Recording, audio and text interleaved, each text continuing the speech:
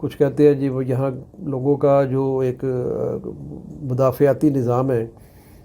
قوت مدافعت کا، وہ بہت زیادہ ہے۔ اس کے علاوہ ان کی جو فوڈ ہے وہ شاید ڈفرینٹ قسم کی ہے، پھر یہاں پہ جو انوائرمنٹ ہے وہ تھوڑا ڈفرینٹ ہے، موسم ڈفرینٹ ہے، تو اس حوالے سے شاید جو ہے وہ یہاں مورٹیلٹی ریٹ کم ہے۔ لیکن ہم سمجھتے ہیں کہ یہ تو شاید اللہ تعالیٰ کی قدرت ہے اور اللہ تعالیٰ کا نظام ہے، اور اس نے کچھ کرم کیا ہے اس پہ، پاکستان پہ، اور اس سے جو ہمارے جو ریلیٹڈ مسلم کنٹریز ہیں اسپیشلی، ان میں یہ ریشو بڑی کم ہے۔ اور بعض اوقات لوگ ڈسکس کرتے ہیں اس معاملے کو کہ آپ دیکھیں پچھلے 20 سال میں، یعنی 9/11 2001 میں جو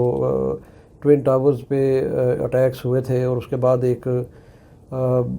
جنگ شروع ہو گئی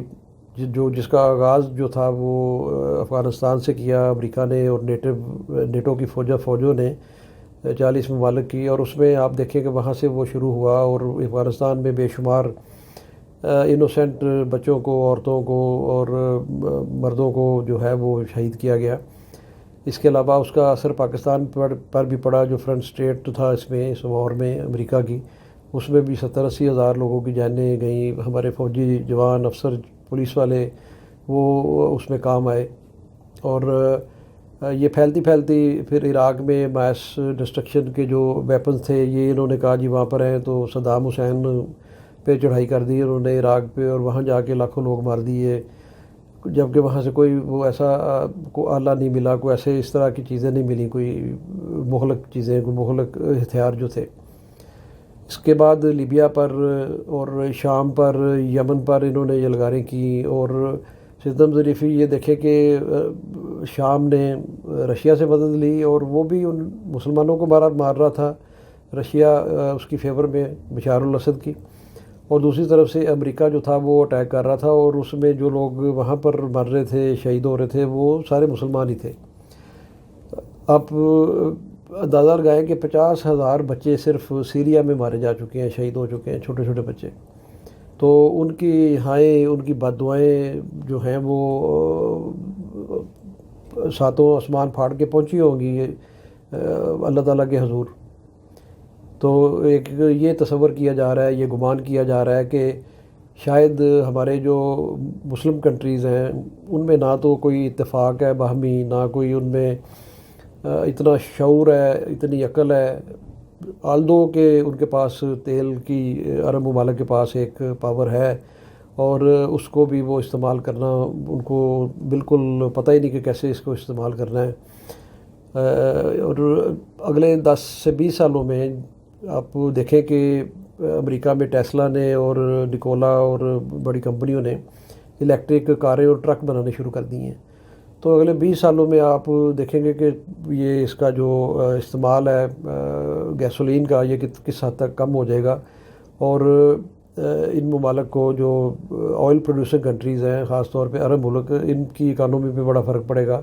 اور ان کو چاہیے کہ یہ الٹرنیٹ ارینجمنٹس اس کے کریں۔ دوسری طرف پاکستان ہے جو اٹامک پاور ہے، لیکن وہ اٹامک پاور جو ہے وہ یہ اس کی مثال کیا بندہ دے کہ ہر وقت ہر حکمران جو ہے وہ کاسا لے کے پھر رہا ہے، عربوں کے پاس، کبھی چائنا کے پاس، کبھی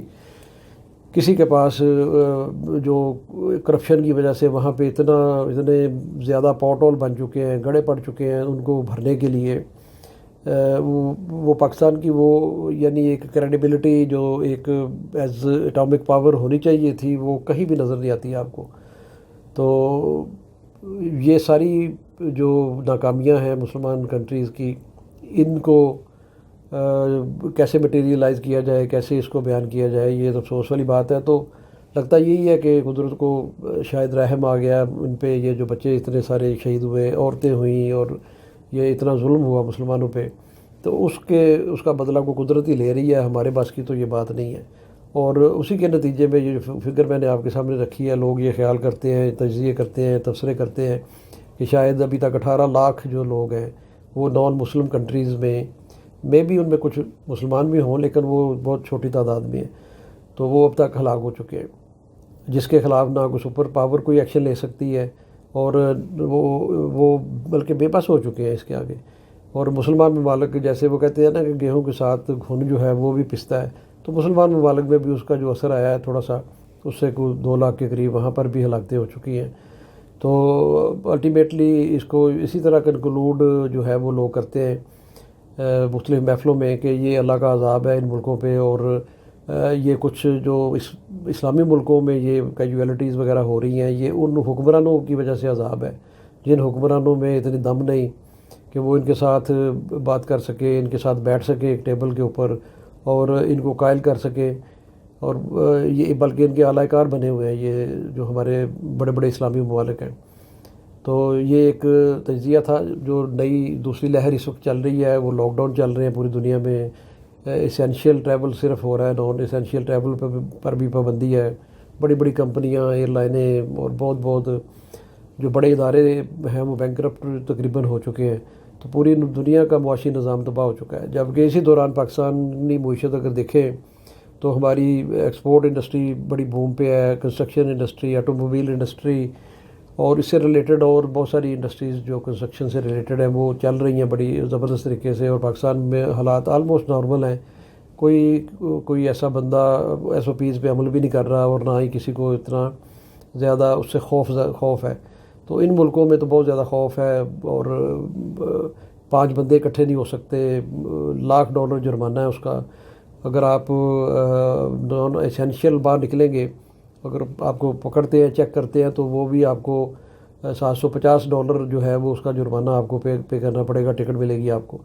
تو یہ ایک عمومی قسم کی سچویشن سیکنڈ جو چل رہی ہے ویو، اس کے حوالے سے تھی جو میں نے کہا سے تھوڑا سا شیئر کریں، ڈسکس کریں۔ تو آپ بھی اپنی کمنٹس میں رائے دیجیے گا کہ کیا یہ نقطہ نظر ٹھیک ہے جو میں نے اس میں پیش کیا ہے۔ Thank you so much for watching my YouTube channel. اللہ حافظ۔